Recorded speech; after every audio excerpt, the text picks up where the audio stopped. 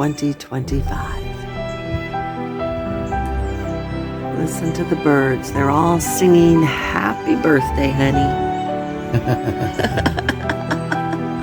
Here we are, first time on the porch. Here we are, first time on the porch.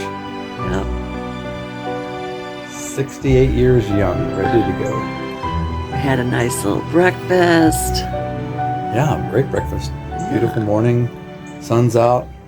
Squirrel tried to come up twice, we fixed him. Yes, you've already been squirrel hunting. Squirrel hunting early this morning. I had my rocks ready just in case he shows back up. Right.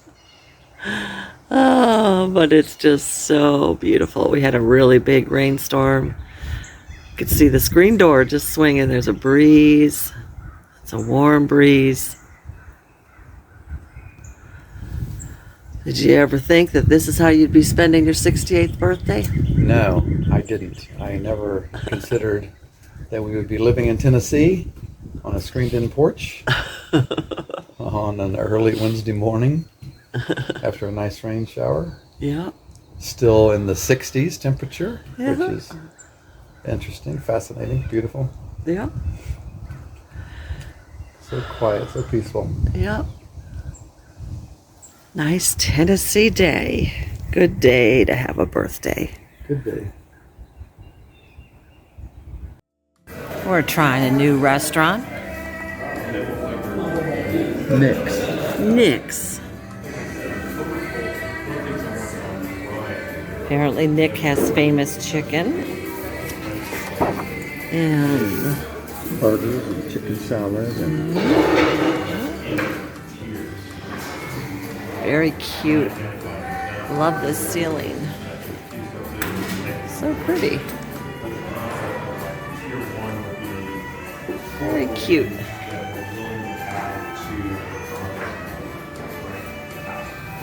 Well, let's take a look at the menu. We just did some Facebook Marketplace pickup. Picked up some chairs. this is my standing face. Resting face, it's called. Whatever. Exact opposite of resting is standing. Oh, I love that so much. Oh, gosh.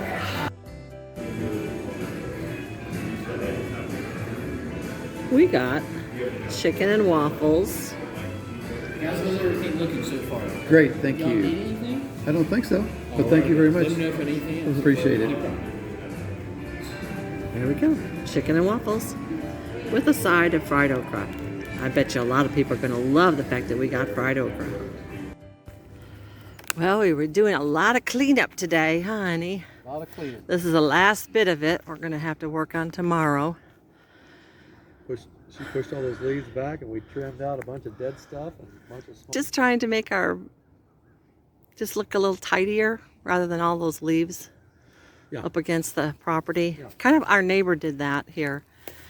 They cleared out their back area here, as you can see.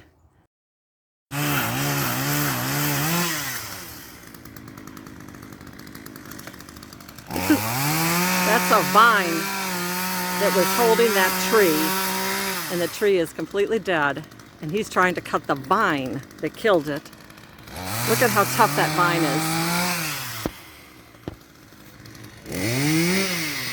Wow. That tree just kind of fell over in his hands. You say it goes across? Look up top. It goes across to this other tree. It's in like 3 trees, isn't it?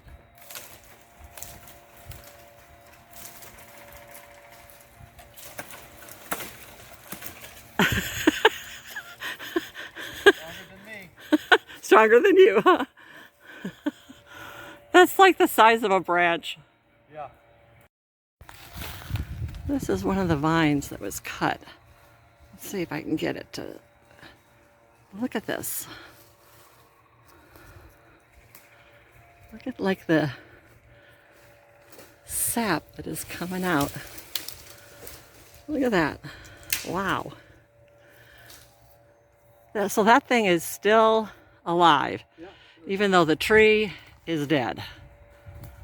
It's nice. They've got, looks like some daffodils growing up. So we thought we'd walk down to the lake and see if we can see some signs of spring. Let me see here.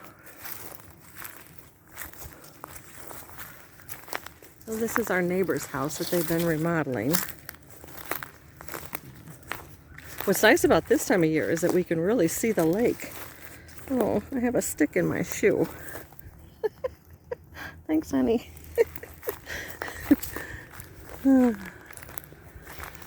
Because the leaves haven't filled in our view.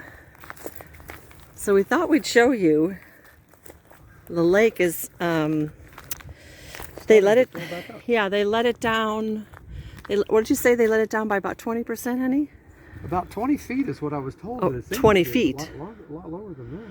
Yeah. But it's hard to say. And so beginning of March, they started filling it up. And they said by probably April, sometime in April, it'd be back to full. Yeah. So, I don't know if that's the end of April. what you're able to see is a lot of the rock formations, right? Yeah. So this area over here, all this will get filled with water. So see the water starting to fill up here? But that gets full of water up to those. Yeah. Like there's boats in those slips. Yeah, those are boat slips there, and there's some low-lying boat slips there. But all this area leading up towards our house will be filled with water. But this is considered a real shallow part of the lake, so it's the first to go when they lower the water. Let's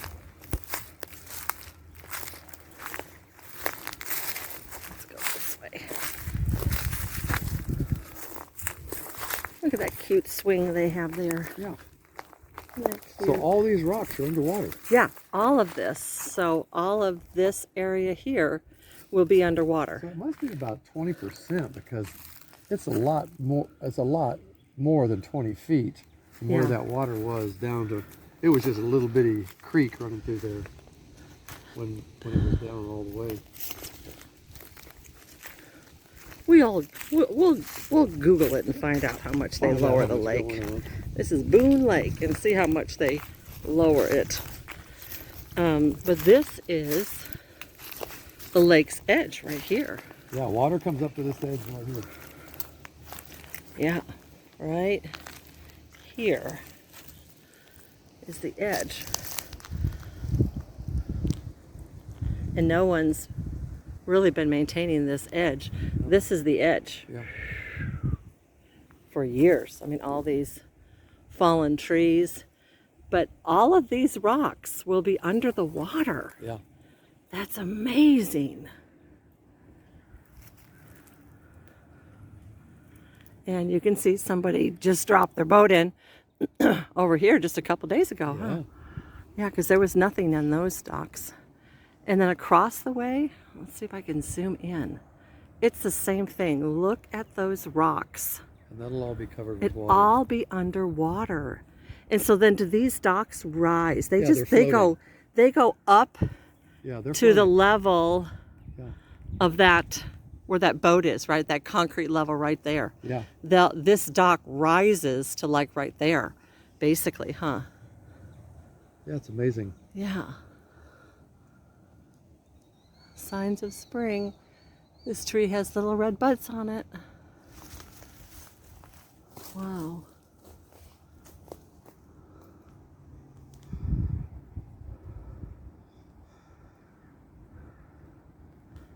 That is amazing. And what? At the beginning of the month, this was nothing more than what looked like a river, right? It was just a river that came from Boone Creek over here. This was all dry all the way out Dry, to that except for a river in the middle, right? Yeah, it was just a little river. And this is a man-made lake. They flooded this with multiple creeks and rivers. Yeah, when they built the dam, they basically stopped the river flow and just made a lake. And just filled this all in. But it's just shocking that boats go around on here. Yeah. I mean, and look at the rock outcroppings here. Yeah. Wow.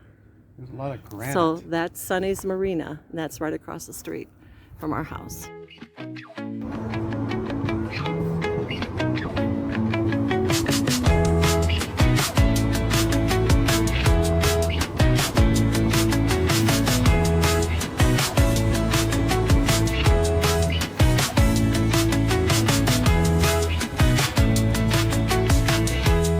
I know, spring has sprung and it's beautiful in Tennessee. So we decided to go to Troyer's, which you've seen us post Troyer's before. Let me. It's Amish grocery store, and they also serve food.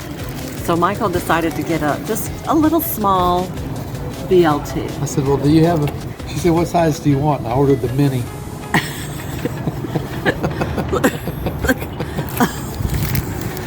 Look at this. I think there's about a third of a pig on this thing. a third of this thing. Look at the size of that BLT. It's very good. It's very good, yeah.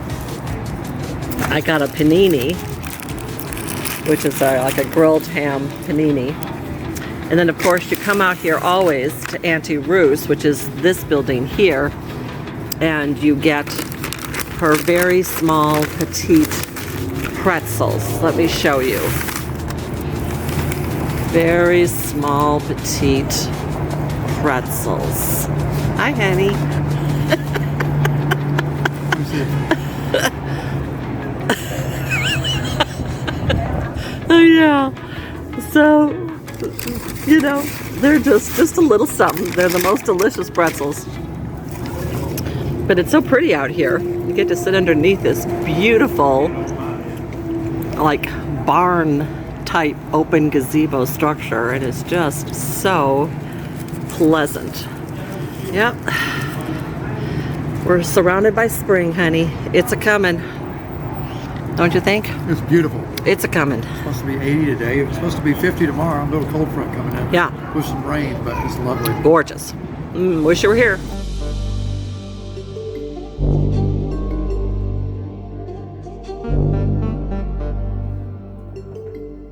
Here goes Mike to get the squirrel.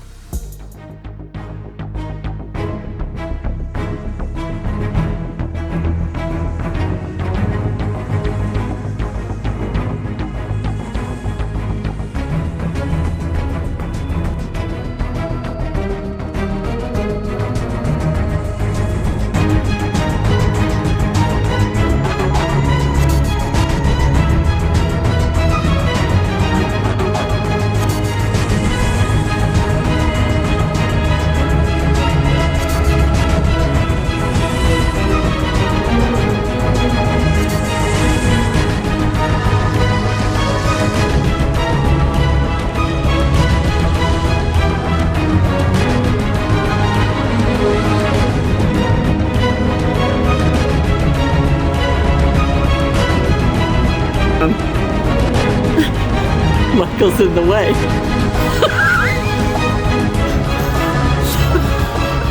That was Michael throwing some pebbles at the squirrel. Yeah. Okay, so we're checking on our trap. Once again, the varmint has tripped my trap and is locked in air. Locked in air. We've captured a lot of air. But soon and very soon, this little varmint is gonna... Is there anything left inside there? Did they get the food? Nope, there's food inside there. Okay, so they get in partially halfway is our guess, right? They probably go in for the food and then the thing trips.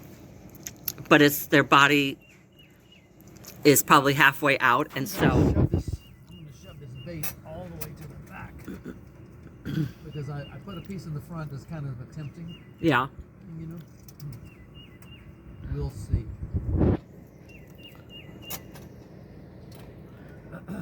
So half of its body keeps it open, and then it can back out. The door slams down. Yeah. But it doesn't trap it inside. Arrgh. Smart little varmint. So I'm sitting here working on my computer, and suddenly I hear bang, bang, bang, bang. This is what I find.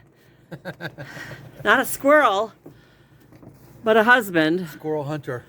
Squirrel hunter extraordinaire, what are you doing?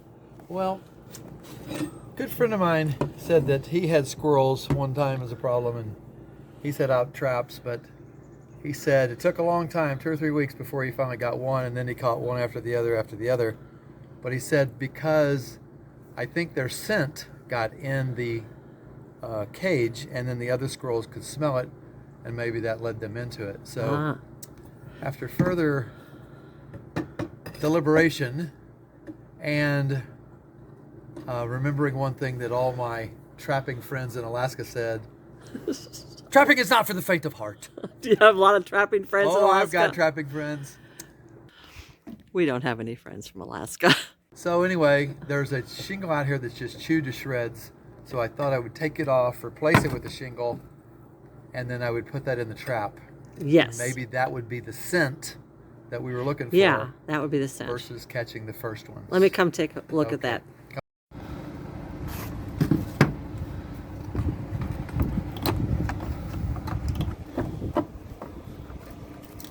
Kind of hard to see people, I know, I'm sorry. Trying to find a better angle.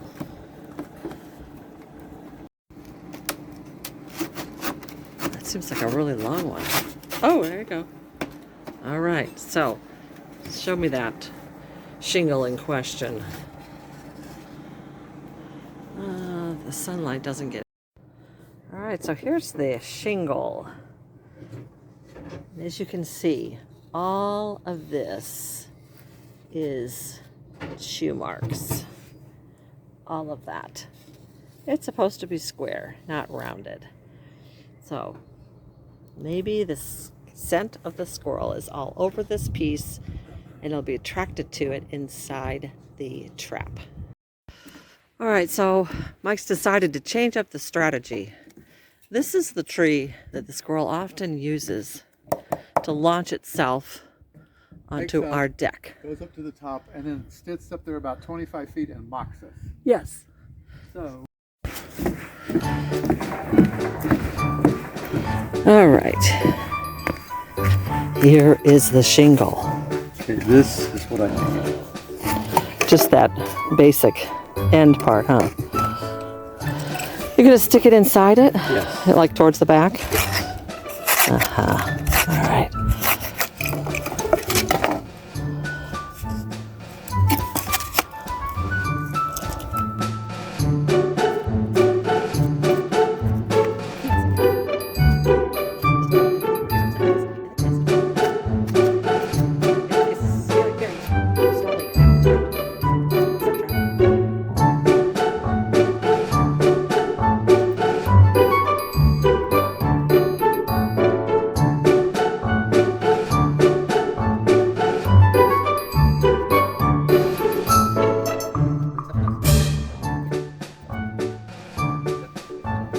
Latches the door so he can't come out.